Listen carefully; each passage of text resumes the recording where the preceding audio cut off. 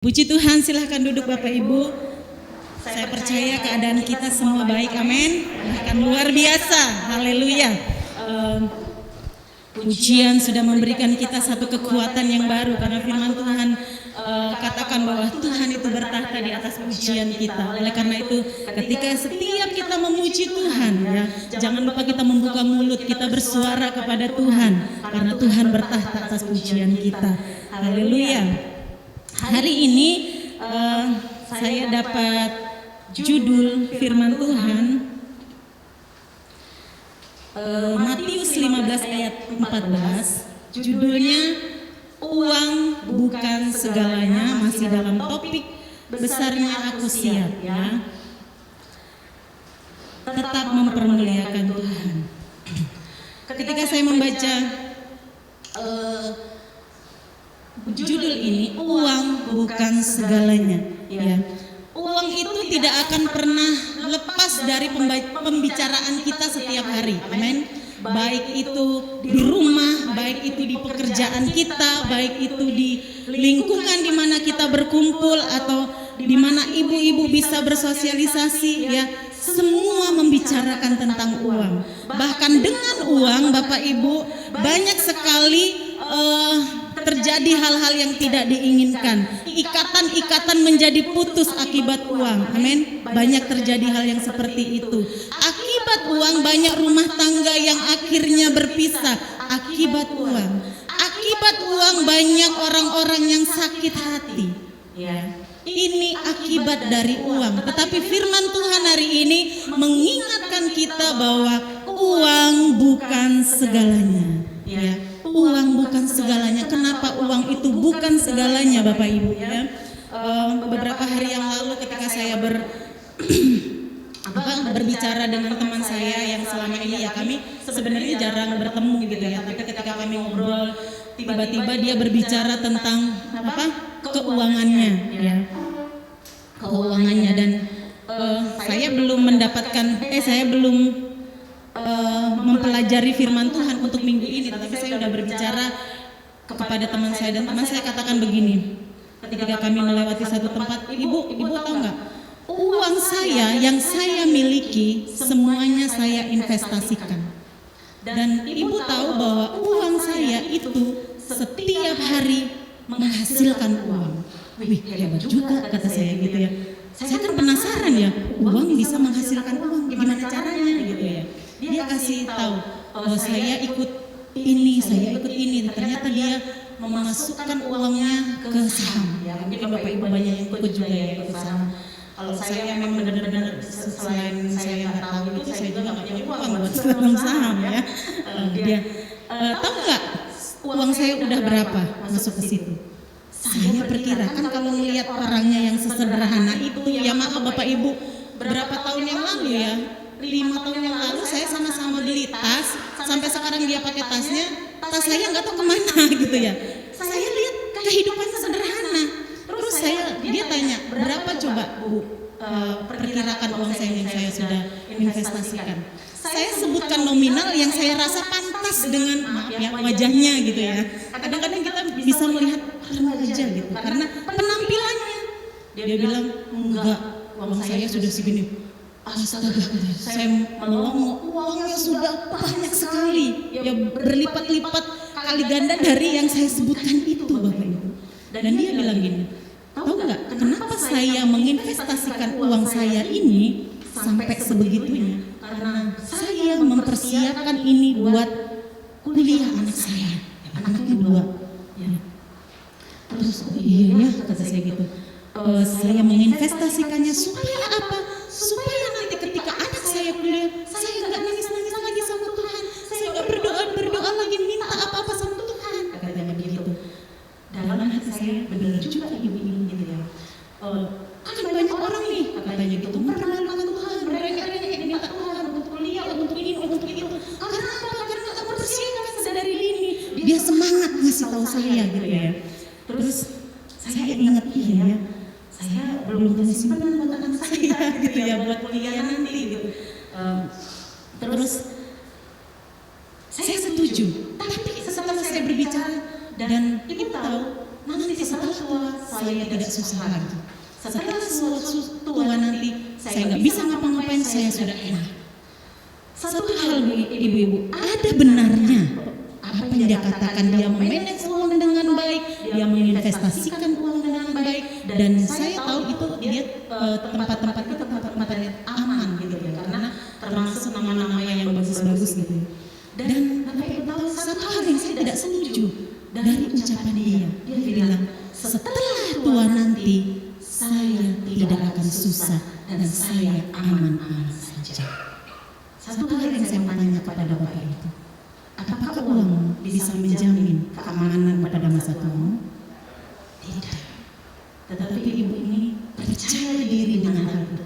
Dan ketika saya membaca firman Tuhan hari ini, saya oh iya ya begitu ya. Firman Tuhan sudah membukakan hati pikiran saya mengenai uang. Memang selama ini saya berpikir gini, aduh nanti kalau anak saya kuliah, sekolah aja lah SMA, butuh biaya banyak ya, atau sendiri kan bagaimana kita bukan pengusaha yang punya banyak uang penghasilan yang tiap bulan bisa disisihkan dengan banyak gitu ya. Tidak, kita istilahnya bahasanya bukan apa-apa, makan, minum, terus bayar cicilan ya, itu sudah puji Tuhan, mengucap syukur gitu ya. Tidak berpikir untuk yang lebih ya, mungkin ada di tabung itu untuk ya tidak sebanding dengan orang-orang lain yang mungkin memiliki keuangan yang lebih baik. Nah, kita akan baca di dalam Matius 15 ayat 14. Matius 15 ayat 14. Saya akan bacakan Bapak Ibu.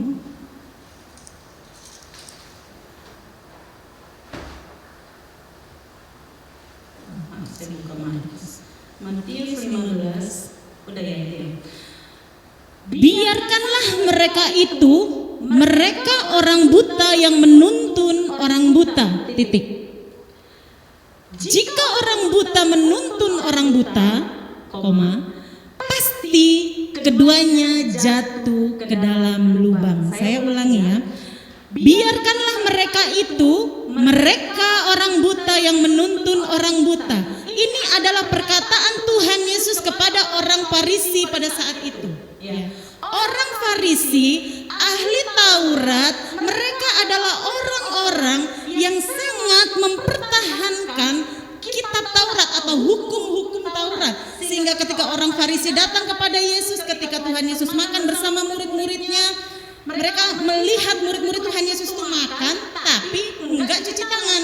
Terus mereka bilang gini, mereka menganggap bahwa Tuhan Yesus itu melanggar hukum Taurat atau melanggar tradisi. Karena apa? Hukum Taurat akhirnya tradisi akhirnya menjadi lebih tinggi daripada hukum Taurat. Orang Farisi melakukannya, dan ketika mereka melihat murid-murid Tuhan Yesus makan tidak mencuci tangan, mereka menganggap Tuhan Yesus sudah melanggar tradisi. Dan ketika Yesus ditegur oleh orang-orang Farisi, Tuhan Yesus mengatakan kepada murid-muridnya, bahkan kepada orang-orang yang di situ dikatakan, camkanlah, mereka adalah orang-orang munafik. Ya, Tuhan Yesus mengatakan kepada orang Farisi bahwa orang-orang Farisi adalah orang-orang munafik. Kenapa demikian? Mereka mengatakan bahwa saya akan bacakan di ayat sebelumnya ini supaya kita tahu latar belakangnya ya. Matius 15 ayat 2. Ayat 15 ayat 1. Kemudian datanglah beberapa orang Farisi dan ahli Taurat dari Yerusalem kepada Yesus dan berkata, mengapa murid-muridmu melanggar adat istiadat nenek moyang kita? Mereka tidak membasuh tangan sebelum makan. Tetapi jawab Yesus kepada mereka, mengapa kamu melanggar perintah Allah demi adat istiadat nenek moyangmu? Sebab Allah berfirman, hormatilah ayahmu dan ibumu, dan lagi siapa yang mengutuki ayahnya dan ibunya pasti dihukum mati. Ketika orang Farisi mengatakan kepada Tuhan Yesus, kenapa murid-muridmu tidak mencuci tangan? Karena apa? Orang Yahudi sebelum makan dia harus mencuci tangan. Ini adalah tradisi dari zaman Musa sampai nenek moyang mereka. Ini harus dilakukan Bapak Ibu. Dan ini adalah peraturan yang bukan tertulis tetapi secara lisan. kayak kita ada adat istiadat tapi nggak masuk ke dalam hal yang tertulis gitu ya, ada yang lisan, itu yang harus dilakukan. Dan orang Farisi sangat memegang hukum ini, apalagi imam sebelum mengambil jatah makanan atau jatah korban, mereka harus mencuci tangan, mencuci kaki, dan ini harus dilakukan. Sehingga dia mengatakan kepada Tuhan Yesus seperti itu. Tetapi Tuhan Yesus membalikkan lagi perkataan mereka. Dia mengatakan bahwa mengapa engkau mempermasalahkan hal yang seperti ini, sedangkan persembahan yang sesuatu yang harus diberikan untuk merawat orang tua pada masa tuanya, seperti firman Tuhan atau kitab Taurat katakan, hormatilah ayahmu dan ibumu. Ya, hukum Taurat yang keberapa Bapak Ibu menghormati orang tua? Kelima, hormatilah ayahmu dan ibumu supaya panjang umurmu di bumi yang diberikan Tuhan kepadamu. Artinya apa? Ini yang benar-benar hukum Taurat diabaikan oleh orang-orang Farisi pada saat itu. Kenapa? Yang seharusnya untuk merawat orang tua, uang itu harus dibawa untuk menjadi persembahan. Dan ternyata di situ dikatakan bahwa, bisa dibuka.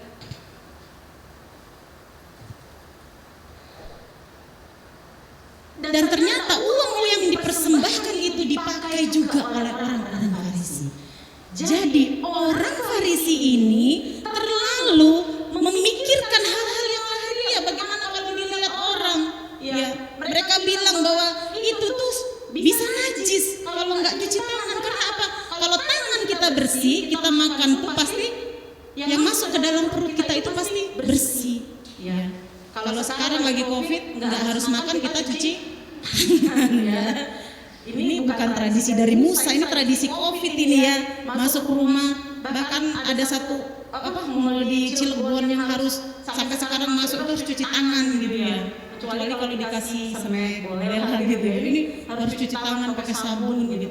Padahal tempat-tempat yang lain nggak pakai hand sanitizer juga nggak apa-apa. Ini cuci tangan Bapak Ibu ya.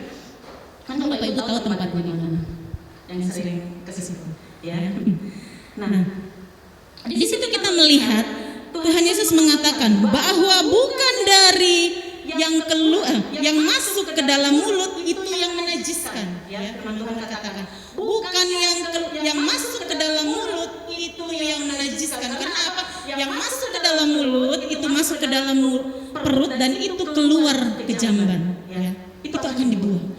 Tetapi Tuhan Yesus katakan yang najis adalah yang keluar dari mulut karena itu berasal dari hati. Artinya bukan waktu kita muntah keluar makanan, itu bukan maksudnya, bukan itu.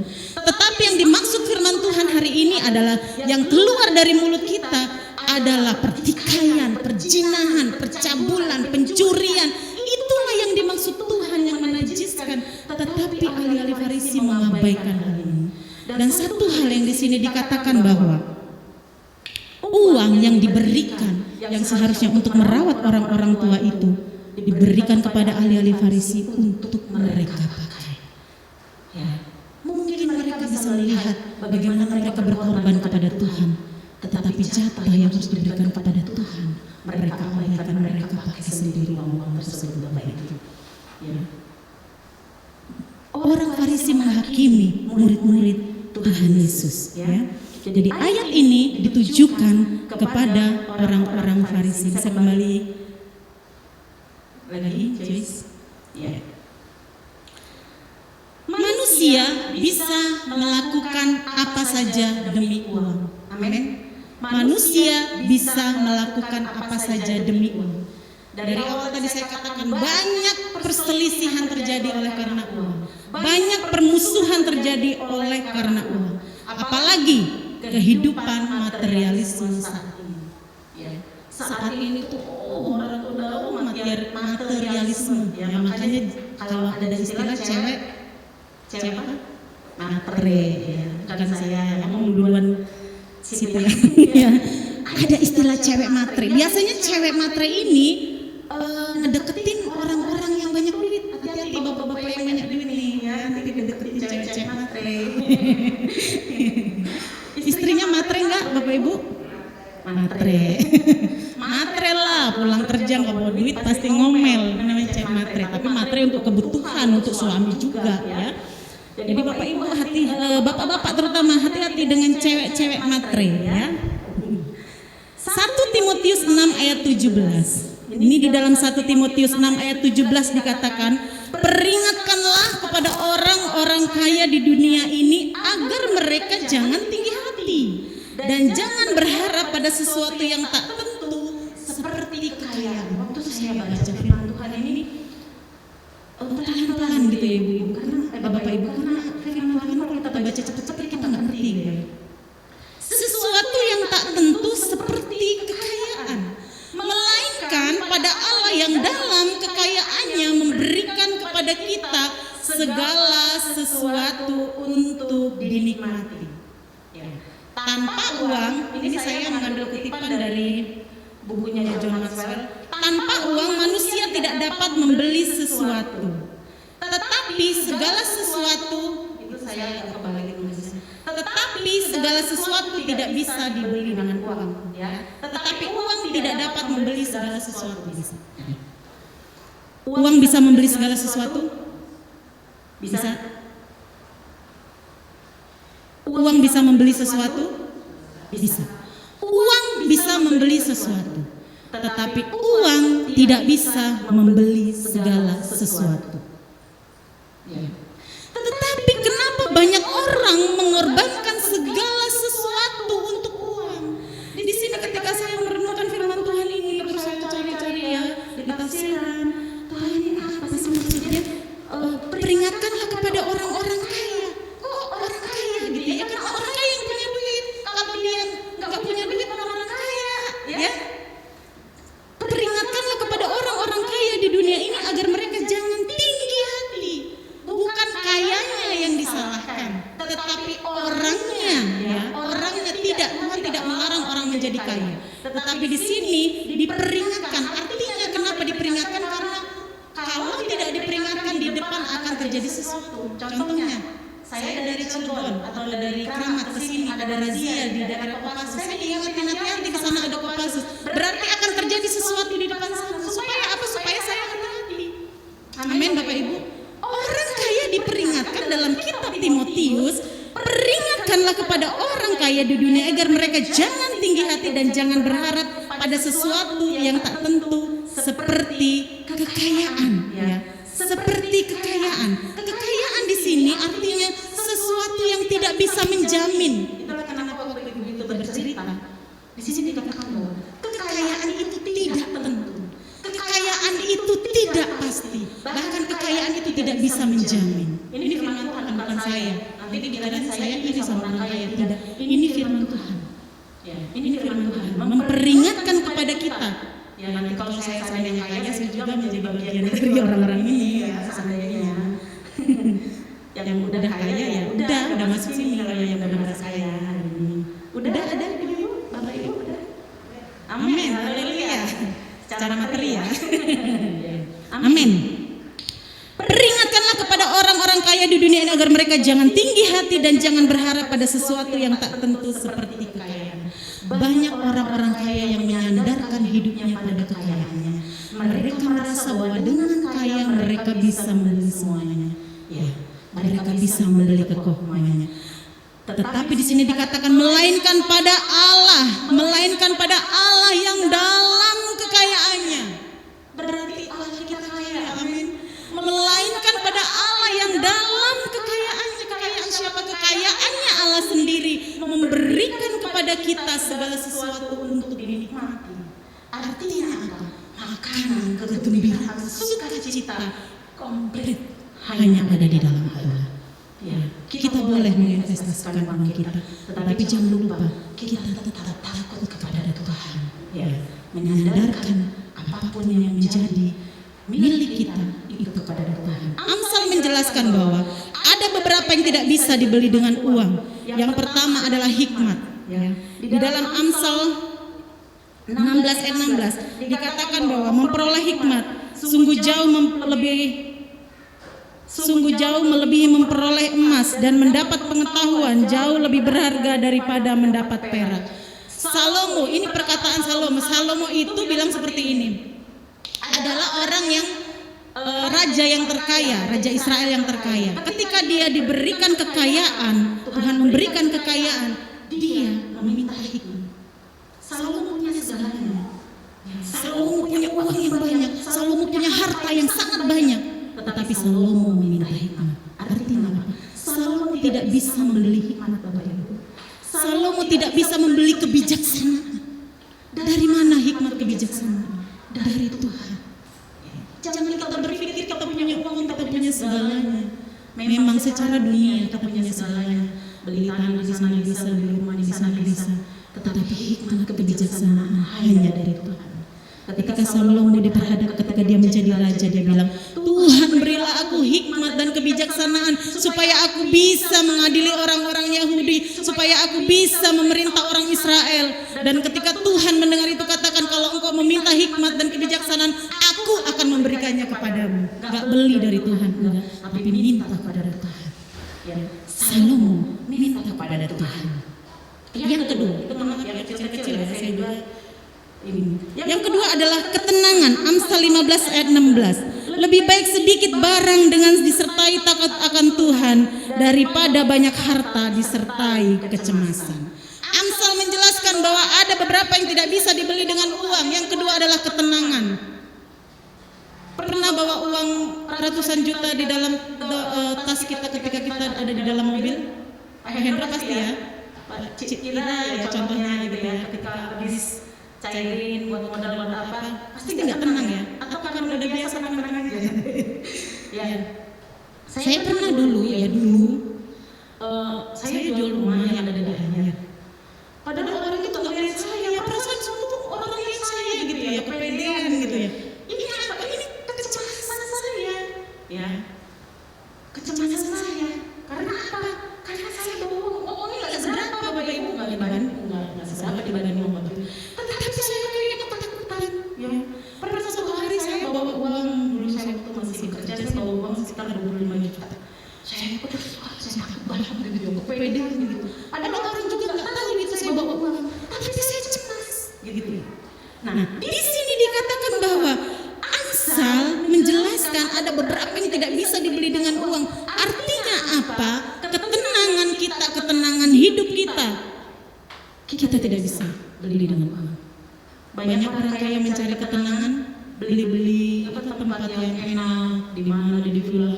Saya nggak tahu tempatnya ya, di Bali. Supaya apa? Supaya cari ketenangan, kenyamanan. Mungkin mereka nyaman di sana. Setelah pulang, hilang lagi. Malam nggak bisa tidur. Ada yang begitu kan?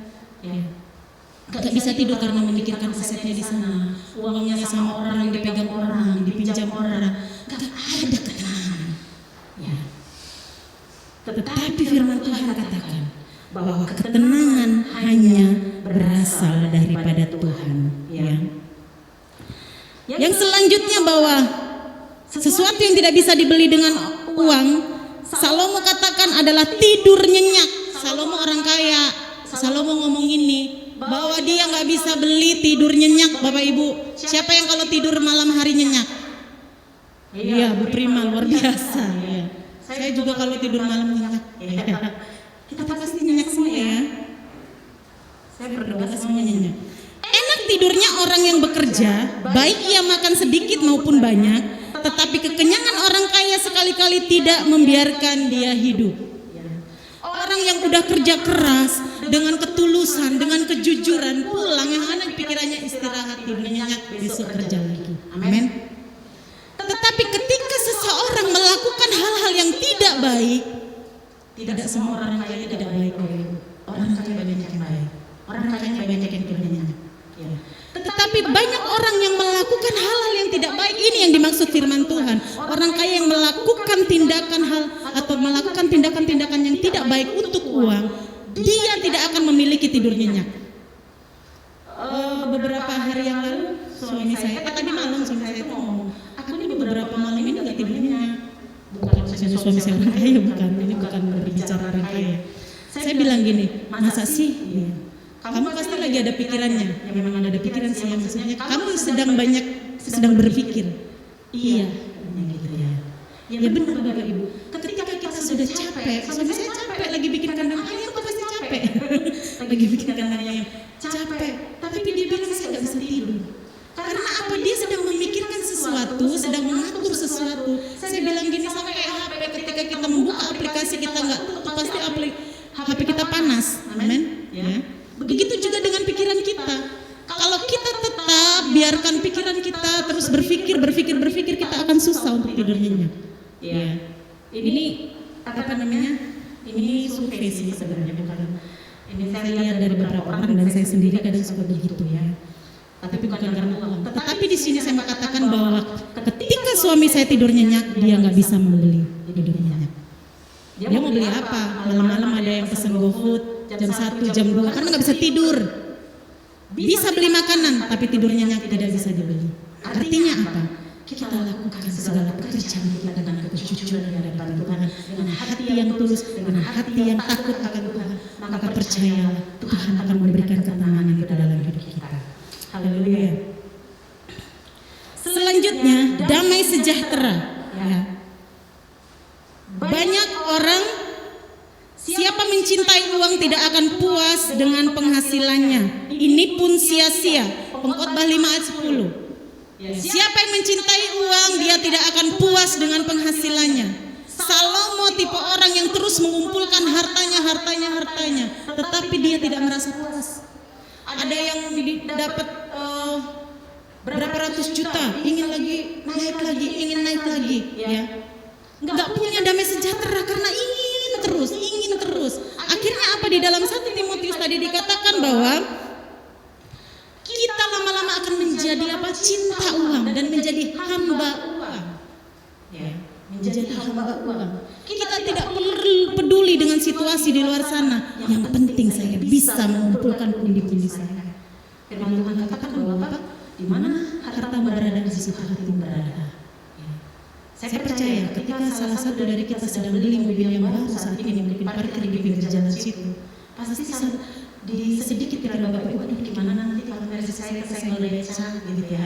Pasti itu ketika kita punya beli sesuatu yang bagus gitu ya, membeli rumah, gimana nanti kalau rumah saya terbakar gitu ya.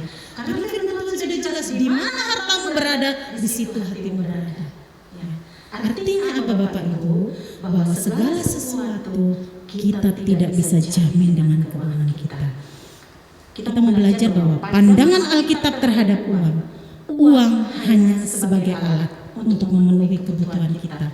Yang kedua, uang tidak jahat. Uang itu nggak jahat, Bu. Bapak Ibu. Yang jahat itu adalah ketika kita mulai mencintai uang, merelakan semuanya hanya demi uang. Ya. Bahkan segala sesuatu berdasarkan uang. Ya. Uang memiliki keterbatasan. Uang tidak dapat membeli kepuasan, kebahagiaan, apalagi keselamatan. Ya. Di sini dikatakan seperti tadi saya katakan, kekayaan di sini sebagai sesuatu yang tidak tentu, artinya tidak tetap, tidak menjamin hidup kita. Dinikmati artinya memuaskan hatimu dengan makanan dan kegembiraan. Oleh karena itu, sikap kita terhadap uang, merasa puaslah dengan apa yang kita miliki. Di Ibrani 13 ayat 5. Ibrani 13 ayat 5 saya bacakan.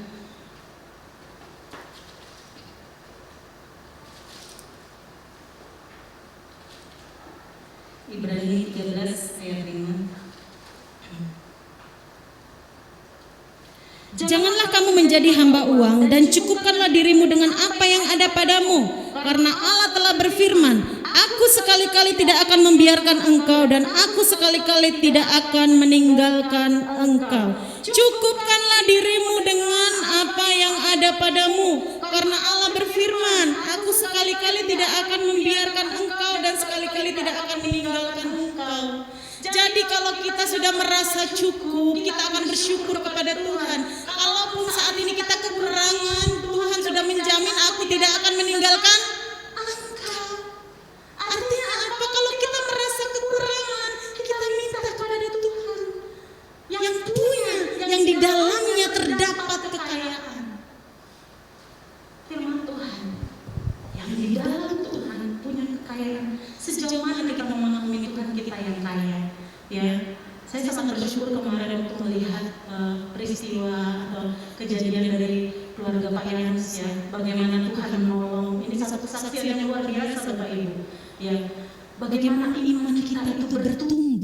ketika Tuhan menyatakan kasih-Nya, firman-Nya digenapi, ya. Firman-Nya digenapi. Lewat apa? Mujizat terjadi. Lewat apa? Bagaimana ketika mereka berdoa kepada Tuhan, ya. Yang mereka takutkan sama sekali tidak terjadi. Ketakutan itu dari pikiran manusia yang membatasi kuasa Tuhan.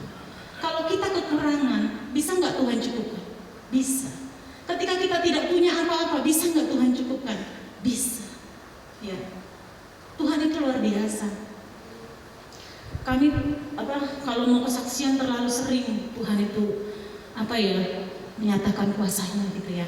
Tetapi dari kasus peristiwa Pak Yanus kemarin, secara ini kami merasa, oh iya Tuhan gitu ya. Kami merasa terharu bagaimana Tuhan menolong kehidupan keluarga ini, bagaimana mereka cinta kepada Tuhan, melihat apa yang mereka lakukan di gereja ini. Dan Tuhan tidak mau berhutang, amin. Tuhan tidak mau berhutang buat keluarga Pak Yanus. Dan saya percaya mulai mereka melihat kebaikan Tuhan, Tuhan akan tambahkan lebih lagi. Apa yang menjadi pergumulan mereka, apa yang menjadi permintaan mereka, ini menjadi iman mereka, yang menjadi perantara mereka bahwa Tuhan sudah memberikan saya ini, pasti Tuhan akan memberikan aku yang lainnya. Itulah Tuhan kita.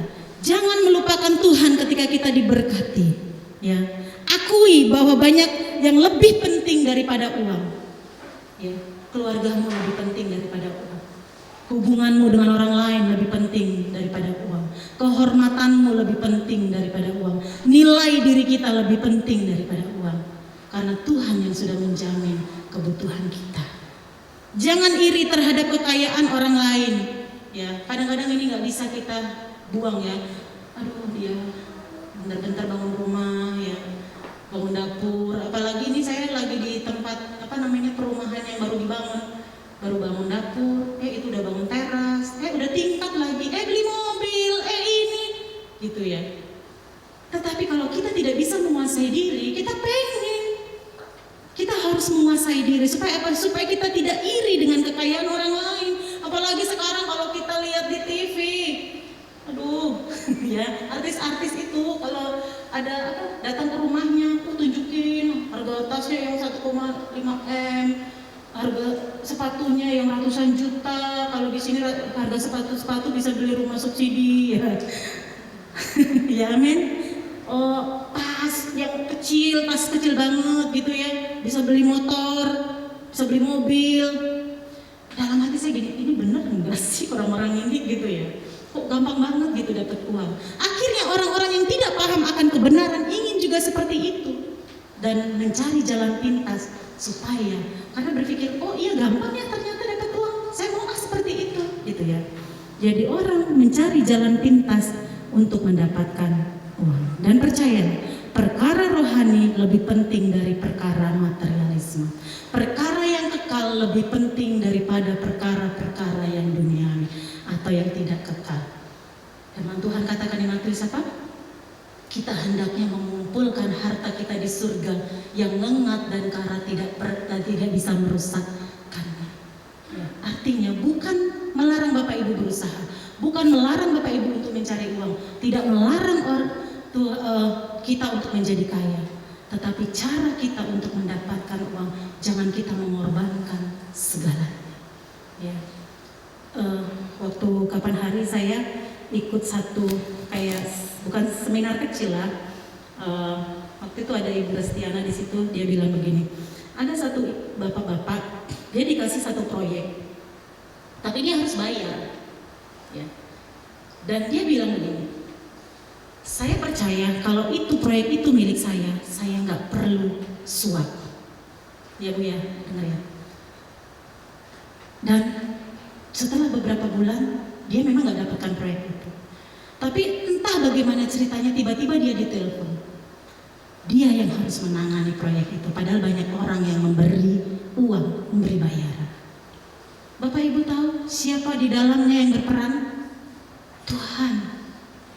Tuhan tidak pernah diam. Tuhan tidak pernah tinggal diam. Kalau kita tetap menjaga kebenaran di dalam Tuhan. Amin. Untuk apa kita kumpulkan segala sesuatu yang sia-sia? Uang kita butuh, jujur kita butuh, semua butuh uang. Ya, karena saya disuruh nyampein ini hari ini, saya harus berani. Ya, Kita butuh uang. Tapi ketika Tuhan panggil kita ke surga, buat apa uang itu? Untuk anak cucu kita. Mereka punya pekerjaan, mereka bisa mencari uang sendiri. Kita masuk neraka, mereka senang-senang dengan hasil apa yang kita dapat. Ya. Tapi Tuhan katakan hari ini, bersyukurlah dengan apa yang Tuhan berikan. Gunakanlah uang sebagaimana mestinya supaya kita tidak menjadi cinta uang dan hamba uang. Maleaki mengajarkan kita, bahkan dari zaman Abraham mengajarkan bahwa uang yang kita dapatkan itu bukan milik kita sendiri. Kita harus menyisihkan 1/10-nya. Bahkan kalau kita belajar Alkitab ada 2/10, ada 40%, itu kita harus berikan. Artinya apa? Yang 10% itu kita harus berikan kepada Tuhan. Ya, umpamanya kita dapat 3 juta, kita kasih 300.000. Itu apa? Supaya kita bisa mengekang keinginan kita untuk pengen lebih lagi. Kalau ada hamba Tuhan mengatakan tuh itu kayak pagar kita gitu loh. Yang 10% itu pagar kita, itulah yang akan melindungi harta kita. Karena firman Tuhan katakan, ketika kita akan memberi kepada Tuhan, maka tidak ada belalang pelahap. Tidak memakan belalang pelahap dari harta kita. Oh, duitku ini kok kemarin 10 juta saya dapat hasilnya, kok sekarang habis, saya nggak tahu kemana ini. Ya. Kalau tanya ke saya juga nggak tahu, orang saya juga nggak tahu itu uang bapak ibu. Ya. Kemana? Dan Tuhan katakan, berilah yang menjadi bagian Tuhan untuk menguasai diri kita terhadap uang. Kita memberi kepada Tuhan, beri kepada orang-orang tidak mampu. Ya nggak banyak-banyak, 50.000 kalau bapak ibu melihat yang susah. Ya, saya nggak banyak uang, tetapi ketika ada beberapa orang yang tidak mampu membeli, contohnya saya jual ikan, saya kasih lebih. Ya, supaya kita nggak maruk dengan uang, ya. Supaya kita nggak pengen lebih. Ya, kita biasa aja dengan uang gitu loh. Susah, memang susah bapak ibu, karena uang itu sudah menguasai seluruh aspek kehidupan manusia. Tetapi kitalah yang menjadikan dia hamba, bukan uang yang menjadikan kita hamba uang. Haleluya. Firman Tuhan katakan tidak bisa orang hidup dalam 2 Tuhan. Ya. Satu kakinya di perahu sini, satu kakinya di perahu sini. Mungkin akan sama-sama jalan, tapi satu saat perahu akan ke kiri kanan, kita akan jatuh. Kita tidak bisa menghamba kepada Tuhan dan juga menghamba kepada uang. Artinya, ketika berkat Tuhan diberikan kepada kita, berikanlah yang menjadi bagian Tuhan. Itu akan menguasai diri kita, bagaimana kita menunjukkan kasih kita kepada Tuhan. Biarlah dengan uang kita mau mempermuliakan Tuhan. Amin. Permuliakanlah Tuhan dengan apa yang kita punya. Puji nama Tuhan. Kita akan merenungkan firman Tuhan saat pagi hari ini. Haleluya. Tuhan, hamba-Mu terbatas untuk berkata-kata Tuhan. Tetapi ada satu hal yang kami sangat syukuri Tuhan, bahwa di dalam kekurangan kami secara keuangan Tuhan, firman Tuhan katakan bahwa aku sekali-kali tidak akan pernah meninggalkan Engkau. Dan di dalam Allah terdapat kekayaannya. Mungkin kita tidak punya uang sebanyak orang-orang di luar sana, tetapi ketika engkau pulang, engkau punya damai sejahtera, engkau bisa tidur nyenyak, itu adalah kekayaan yang luar biasa. Mungkin secara keuangan kita punya penghasilan sedikit, tetapi hatimu damai. Itulah kekayaan yang dimaksud oleh Allah. Terima kasih Tuhan, terima kasih. Terima kasih Tuhan, hari ini firman-Mu mengajarkan kami Tuhan, untuk kami menganggap biasa akan uang Tuhan. Dan Timotius memperingatkan untuk kami tidak tinggi hati ketika kami diberkati, untuk kita merasa bahwa itu semua saya dapatkan oleh karena kerja keras saya. Tapi hari ini kejarlah sesuatu yang kekal. Engkau bisa memakai uangmu untuk pekerjaan nama Tuhan, untuk mempermuliakan nama Tuhan. Tuhan tidak melarang orang menjadi kaya, Tuhan tidak melarang orang untuk bekerja, dan Tuhan menghendaki anak-anaknya berkecukupan. Namun hari ini pergunakanlah apa yang engkau miliki dan berkat Tuhan itu sebagai kemuliaan bagi nama Tuhan. Terima kasih Tuhan Yesus.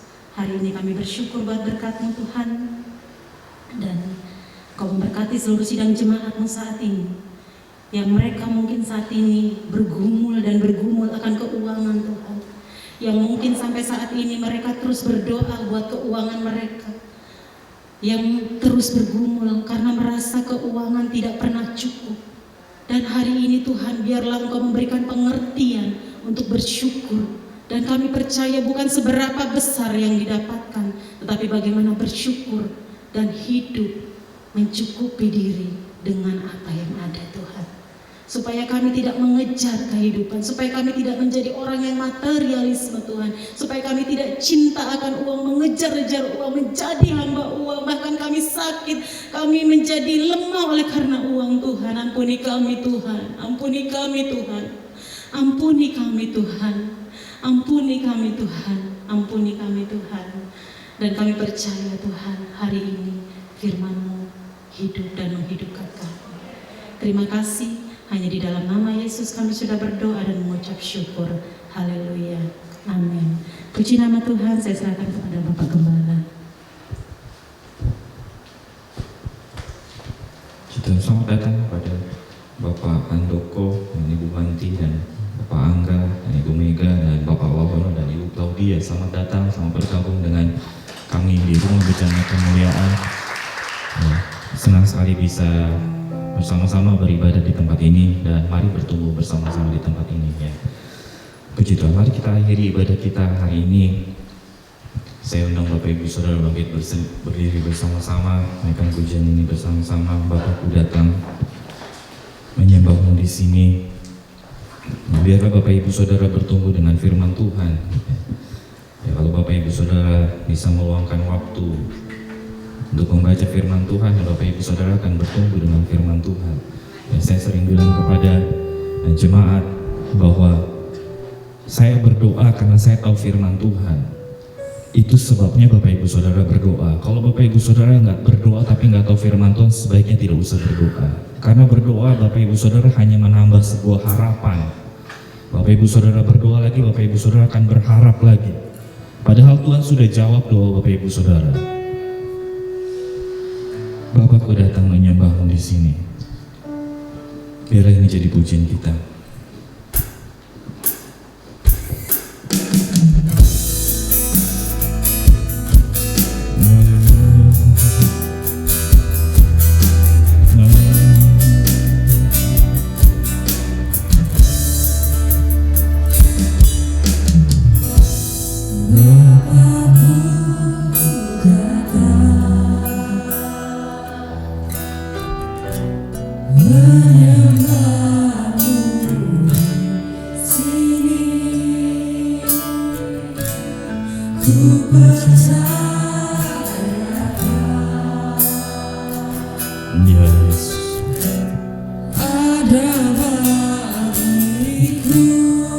Bapakku datang.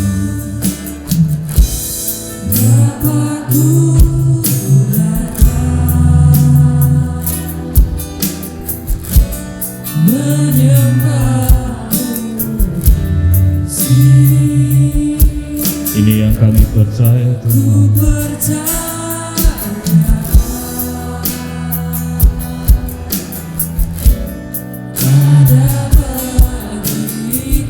Dengan iman kami tidak takut Tuhan. Tak usah takut,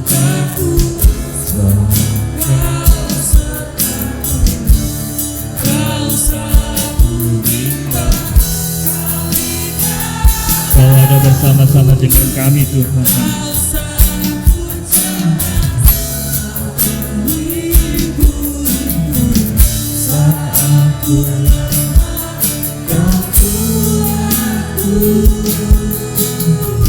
Ini yang dapat kami katakan Tuhan.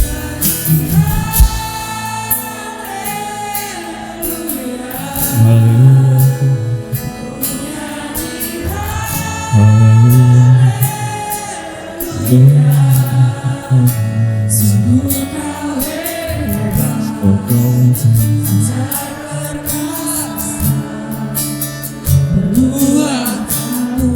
Penyanyi haleluya.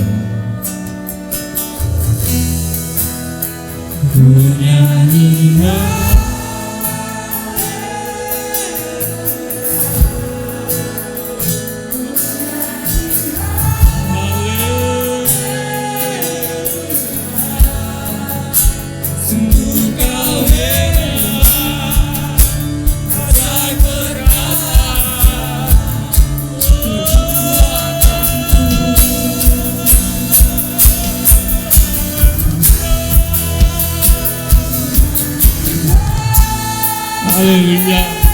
Ini yang dapat kami sampaikan Tuhan.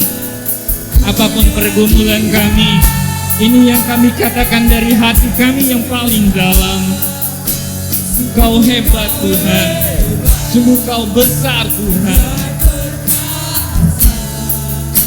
Perbuatanmu, penyanyi haleluya.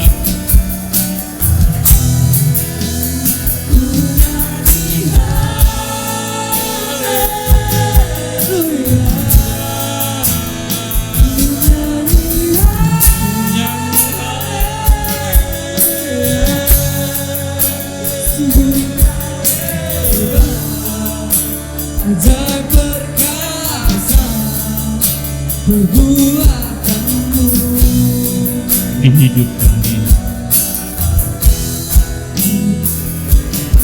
Izinkan saya mengajak Bapak Ibu Saudara naikkan pujian ini dari awal lagi. Sungguh-sungguh katakan dari hati yang paling dalam, Bapa, kami datang dengan merendahkan diri kami.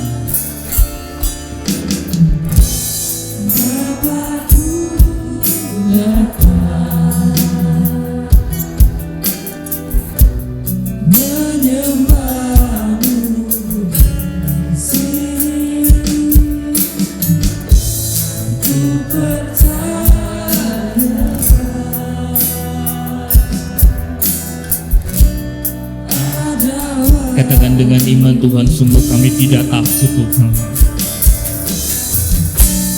Tak usah aku takut, tak usah aku Kami takkan luar, Kau di dalam kami, tak kami tidak lemah.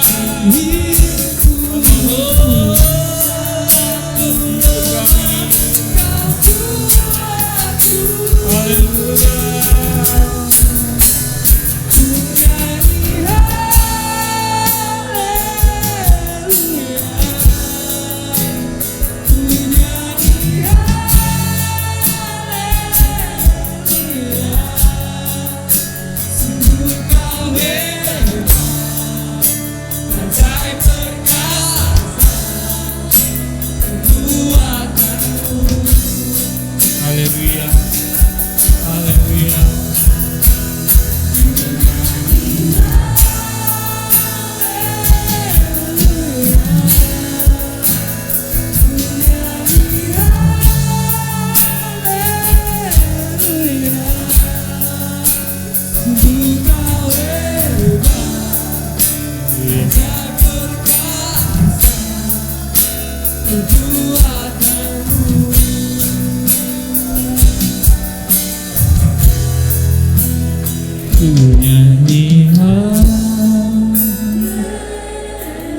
Seberat apa pergumulan kita, mari serahkan kepada Tuhan. Seberat apapun persoalan Bapak Ibu semua,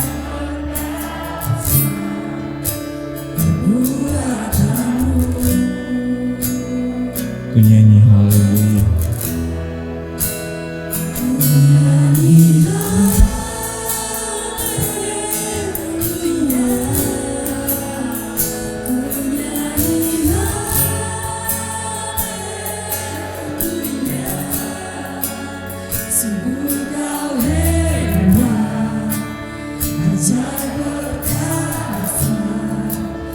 perbuatanmu. Sekali lagi sama-sama katakan punya.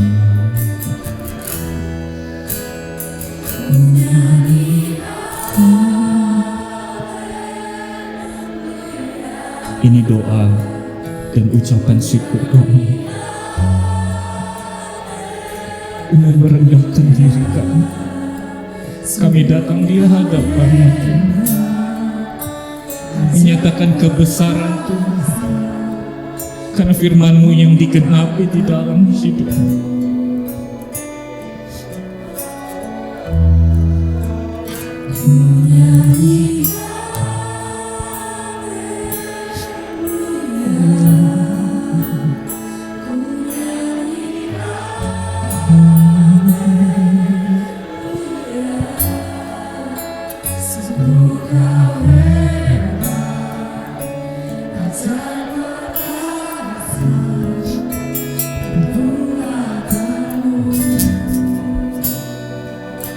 Tak usah ku takut,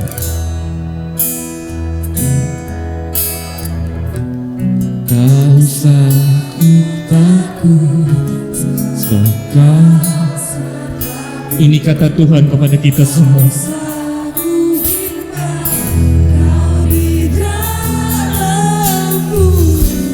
Tak usah ku cemas, kami tahu ada pertolongan-Mu yang tidak pernah terlambat dalam hidup kami.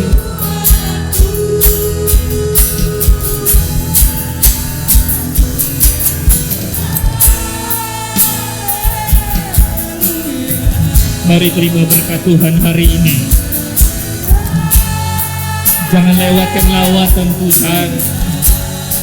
Dia mau memberkati kita sekaliannya. Dia mau menyatakan kebesarannya.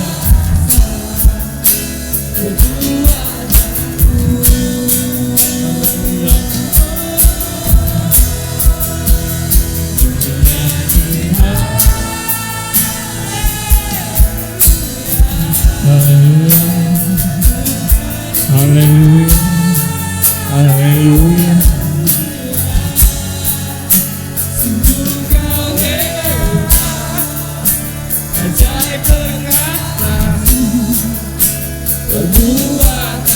Sungguh Kau hebat, ajaib dan perkasa Tuhan.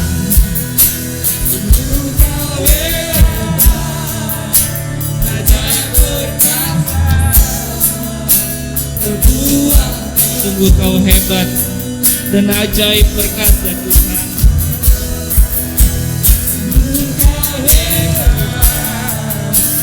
Ajaib perkasa. Mari naikkan ucapan syukur kita.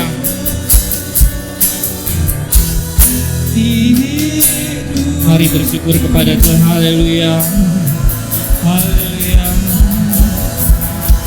haleluya. Terima kasih Tuhan. Terima kasih Tuhan. Buat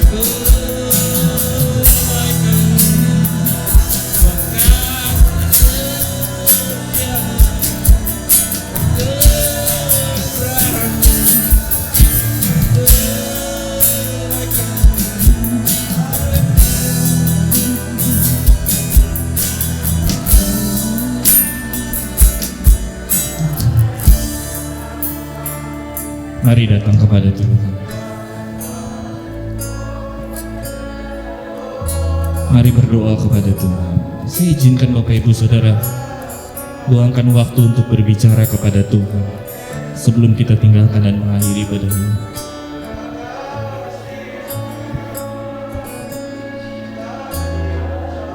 Terima kasih.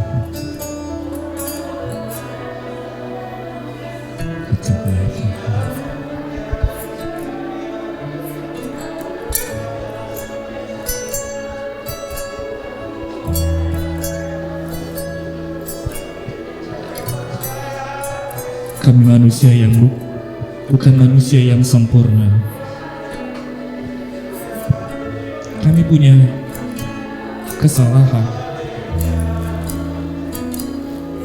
Kami mungkin tidak mampu mengerti maksud Tuhan dalam hidup. Kalau mungkin kami hari ini belajar tentang mengelola uang,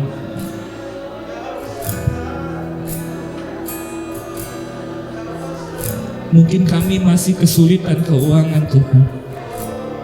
Tapi hari ini kami datang di hadapan Tuhan, mau menyampaikan beban berat yang kami punya. Tuhan, kami sungguh butuh pertolongan Tuhan. Kami butuh penguatan dari Tuhan. Kami butuh damai sejahtera Tuhan untuk bisa memahami yang hidup yang Tuhan percayakan bagi kami. Mungkin lewat kesulitan, mungkin lewat permasalahan dalam hidup kami, sehingga kami bisa memahami kemurahan Tuhan. Dan pada akhirnya damai sejahtera-Mu yang menguasai hati dan pikiran kami.